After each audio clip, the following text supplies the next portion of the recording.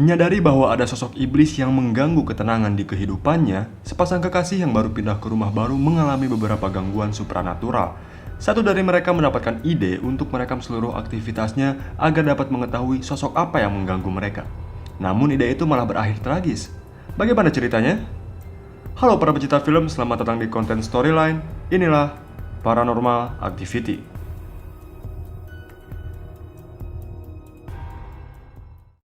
18 September 2006 berlatar di San Diego. Film dibuka dengan seseorang yang bernama Micah yang sedang mencoba kamera barunya di rumah barunya juga. Lalu ada kekasih dari Micah yang baru datang bernama Katie. Jadi mereka akan tinggal bersama di rumah baru itu. Dan Micah di sini mempunyai inisiatif untuk merekam seluruh aktivitas yang mereka lakukan. Khususnya, dia ingin merekam jika ada hal-hal aneh terjadi kepada mereka. Micah pun lalu menjelaskan hal itu kepada Katie. Seharian itu mereka bersantai selagi mengetes kamera baru yang dimiliki Micah. Malam hari tiba, malam pertama tiba 18 September 2006. Mereka meninggalkan kamera yang terus merekam selagi mereka tidur. Pada malam pertama di jam 2, terdengar suara langkah kaki yang lumayan keras. Namun ini tidak disadari oleh Micah dan Katie yang tidak terbangunkan oleh suara itu.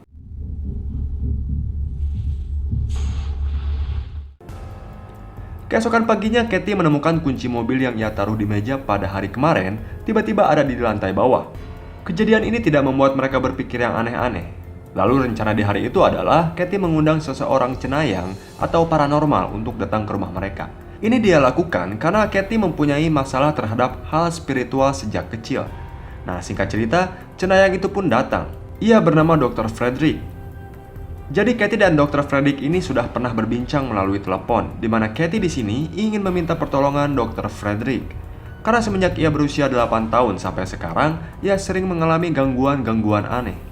Katie pun menceritakan hal apa saja yang ia alami, seperti pada saat ia kecil bersama adiknya yang bernama Christy dihantui oleh sosok bayangan raksasa yang selalu berada di dekat ranjang Katie. Namun anehnya gangguan ini selalu terjadi pada Katie dalam rentang waktu yang cukup lama. Saat umur 8 tahun, lalu terjadi lagi di umur 13 dan sekarang di beberapa minggu ke belakang. Setelah mendengar semua cerita Katie dan telah melihat-lihat seisi rumah Katie, Dr. Frederick menyimpulkan bahwa ia tidak bisa menolong Katie karena keahlian dia dengan apa yang terjadi pada Katie itu berbeda. Jadi, Dr. Frederick ini merupakan cenayang yang keahliannya berurusan dengan hantu. Hantu di sini adalah orang-orang yang telah mati. Dr. Frederick adalah orang yang bisa membantu seseorang untuk berkomunikasi dengan orang yang sudah mati. Jadi bukan untuk mengurus atau mengusir orang-orang yang kesurupan. Namun apa yang terjadi pada Katie ini berhubungan dengan setan atau iblis. Dr. Frederick pun menyarankan beberapa hal kepada Katie untuk memahami situasinya. Dan ia memberikan kontak seorang demonologis yang bernama Dr. Averis. Demonologis adalah orang-orang yang ahli dalam menangani tentang iblis atau setan. Nah, Dr. Averis ini yang dimaksud Dr. Frederick adalah orang yang sangat tepat untuk menangani kasus Katie. Lalu Dr. Frederick pun pamit dari sana. Di sini sepertinya ada sedikit problem antara Katie dan Micah, di mana Micah terlihat seperti dia tidak membutuhkan seorang cenayang atau orang-orang yang berhubungan dengan iblis. Dia lebih memilih mengatasinya sendiri, sedangkan Katie kekeh untuk menghubungi Dr. Averis besok harinya.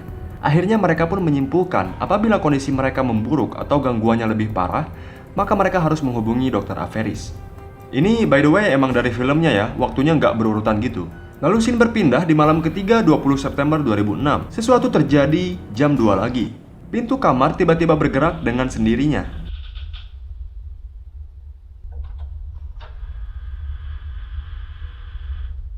Singkat cerita, di pagi harinya mereka telah terbangun dan mereka melihat hasil rekaman dari semalam, di mana pintu tiba-tiba bergerak dengan sendirinya. Tak ada penjelasan apapun dari mereka tentang ini. Namun terlihat di sini sepertinya Micah menyukai apa yang terjadi. Seperti nantangin gitu deh. Sedangkan Katie yang sudah mengalami hal seperti ini sejak kecil malah pengen sesuatu yang mengikutinya itu pergi. Terlihat pada scene sebelum mereka hendak tidur, Katie di sini menceritakan bahwa ia telah mengalami berbagai hal aneh sejak kecil. Jadi tak heran kalau sekarang Micah seperti excited, seperti ingin melihat kejadian aneh lagi di kediaman rumah mereka. Karena ini kali pertama Micah melihat hal tersebut direkam langsung oleh dirinya. Lalu mereka pun tertidur. Sekarang malam kelima, 22 September 2006. Sesuatu terjadi pada jam 3.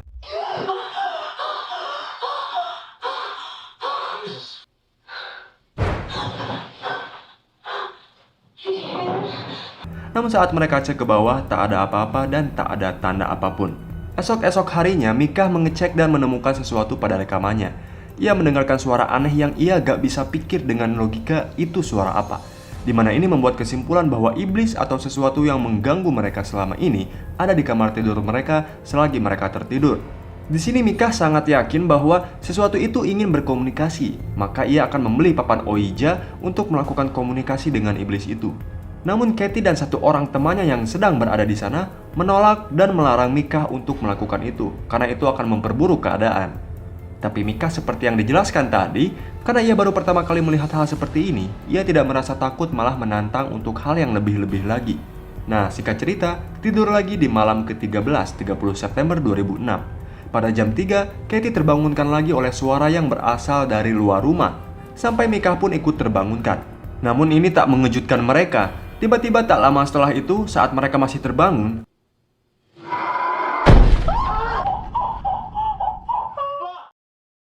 mereka mengecek ke lantai bawah menemukan lampu yang bergoyang sendiri, namun tak ada hal lain.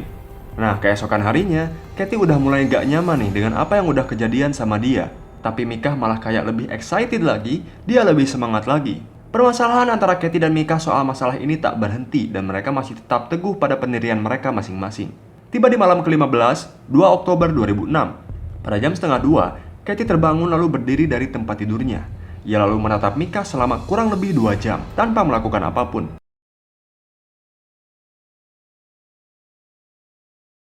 Mika terbangun dan ia mencari-cari Katie yang ternyata berada di halaman rumah, di tempat ayunan. Dan Katie di sini seperti kosong banget tatapannya saat diajak balik lagi ke kamar oleh si Mika. Dan Katie pun menolak untuk pindah ke kamar.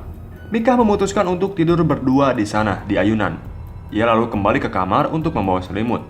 Namun saat dia mau masuk kamar, tiba-tiba TV di kamar mereka menyala dengan sendirinya. Dan tiba-tiba lagi, Katie sudah ada di belakang Mika.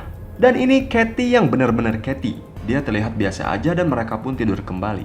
Ini agak aneh ya, karena di siang harinya saat mereka melihat kembali yang terjadi semalam, Katie tidak sama sekali menyadari apa yang telah terjadi pada dirinya. Dia hanya ingat saat dia diam di kamera di belakang Mika. Lalu hari-hari esoknya, Mika yang masih songong ini mendapatkan papan Ouija untuk berkomunikasi dengan makhluk di rumah itu.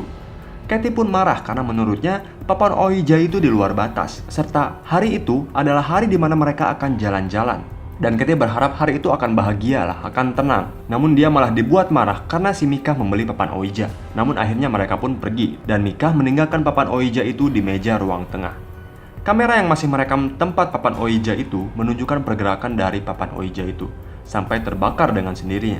Singkat cerita, setelah Mika dan Katie pulang, Mika terkejut dengan apa yang ia lihat pada papan Ouija-nya. Sementara Katie yang masih naik pitam meninggalkan Mika menuju langsung ke kamar tidur.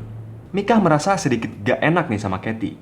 Akhirnya di malam-malam besoknya ia melakukan apa yang Katie mau dengan meminta maaf di depan kamera, meminta maaf dan berjanji untuk tidak menyinggung makhluk yang ada di sekitar mereka selama ini. Lalu mereka pun tertidur. Namun ternyata besok-besoknya Mika kembali kepada papan Ouija-nya. Ia lalu menjelaskan bahwa ia hanya ingin tahu apa yang terjadi pada papan Ouija-nya, karena papan tersebut bergerak dan terbakar dengan sendirinya. Setelah ia mencoba memahami itu, ia mendapatkan beberapa kata hasil dari pergerakan papan Ouija, serta sebuah nama yaitu Diane. Hari-hari berikutnya, Katie dan Mika melakukan perjanjian lagi. Di sini Mika akan menaburkan serbuk, kayak bedak atau tepung gitu ya, di lantai atas di luar kamar. Sehingga mereka akan tahu jika ada seseorang yang menuju atau keluar dari kamar mereka. Dan jika setelah ide Mika tersebut kondisinya malah semakin memburuk, maka Katie akan dan harus menelepon Dr. Alvaris yang direkomendasikan oleh Dr. Frederick. Mereka pun melakukannya dan waktunya tidur. Malam ke-17, 4 Oktober 2006, sesuatu terjadi sekitar pukul 3.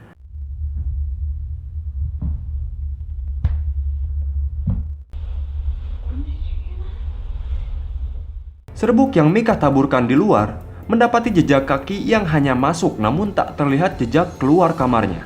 Mereka mencoba mengikuti awal jejak kaki itu dan sampai di satu ruangan di mana atapnya terbuka.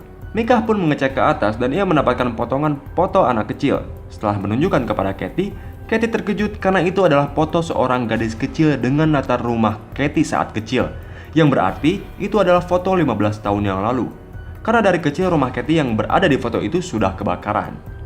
Nah, esok-esok harinya, setelah melihat dan membicarakan apa yang terjadi, teringat kepada janji yang mereka buat. Kondisi yang memburuk membuat Katie harus menelepon Dr. Alvaris. Namun sayang, Dr. Alvaris sedang pergi. Jadi dia menelpon kembali Dr. Frederick untuk datang lagi ke rumahnya. Malam ke-18, 5 Oktober 2006, sekitar pukul 4, lampu tangga tiba-tiba nyala dan mati sendiri.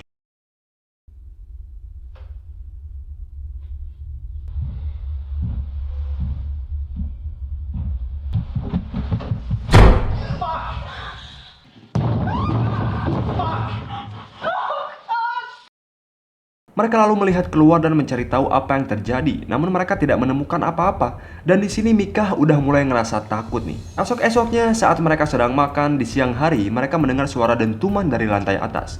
Mereka menemukan foto Micah dan Katie tiba-tiba retak dengan sendirinya. Namun retakannya ini cukup aneh, hanya retak di bagian wajah Micahnya aja. Saat situasi masih tegang, mereka menunggu dan akhirnya Dr. Frederick datang. Namun kedatangannya ini nggak begitu baik. Dr. Frederick merasakan energinya sangat kuat di sana. Ia merasa bahwa kedatangannya mengganggu makhluk yang berada di sana. Karena ini bukan bidangnya dan ia takut makhluk itu mengamuk di sana. Akhirnya ia pergi dan pulang lagi. Mereka yang kecewa dan Katie yang sangat ketakutan pun menangis dan Micah yang sudah mulai sadar atas apa yang terjadi mulai bingung harus bagaimana. Scene lalu berpindah hari ke-19, 6 Oktober 2006.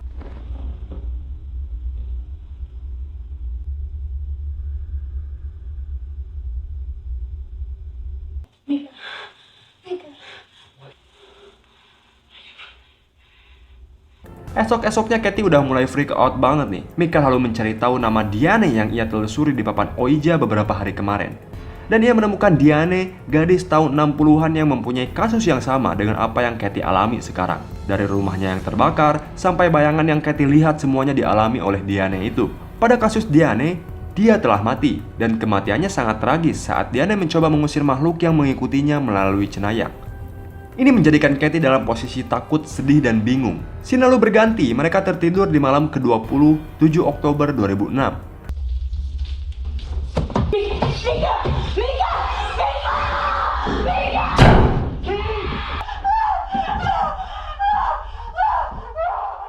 Esok harinya, Katie udah kacau banget. Dia kekeh ngajak Micah pergi dari rumah itu karena ini udah gak beres banget. Micah pun menyetujuinya, dan mulai besok mereka akan menginap di hotel. Lalu Micah melihat bekas kejadian semalam yang menimpa Katie. Terdapat seperti gigitan di bagian punggung Katie. Singkat cerita, mereka siap pergi. Katie di sini udah mulai kosong banget tatapannya. Micah mencoba menolongnya dan membawa ia ke tempat tidur.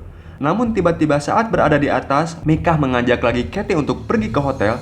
Katie malah menolak dan meminta untuk terus di rumah itu.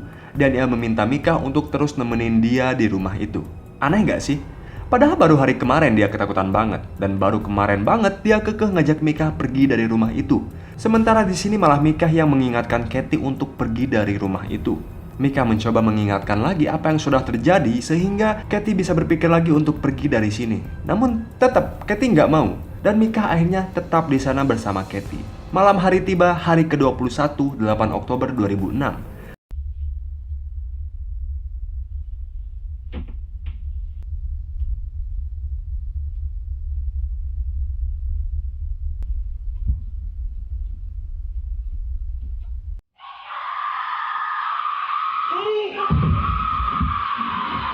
Suara Katie dan Micah lalu tiba-tiba hilang, dan suasana menjadi hening.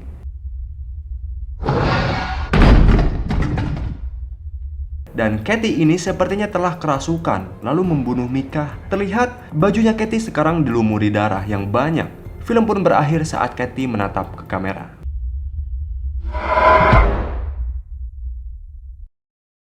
Masih ada kejanggalan nih, bagaimana cerita yang lebih jelasnya pada saat Katie masih kecil dan makhluk seperti apa kira-kira yang merasuki Katie? Lalu bagaimana nasib keduanya? Apakah Micah selamat? Apakah Katie benar-benar membunuh Micah yang merupakan kekasihnya sendiri? Masih ada paranormal activity lainnya yang akan saya bahas lagi alur ceritanya di video selanjutnya. Itulah alur cerita dari film Paranormal Activity yang merupakan film pertama. Jangan lupa hit like dan share kalau kalian suka sama videonya. Subscribe juga channel ini sebagai bentuk support kalian dan biar gak ketinggalan konten storyline yang akan datang. Thanks for watching, sampai jumpa di storyline berikutnya.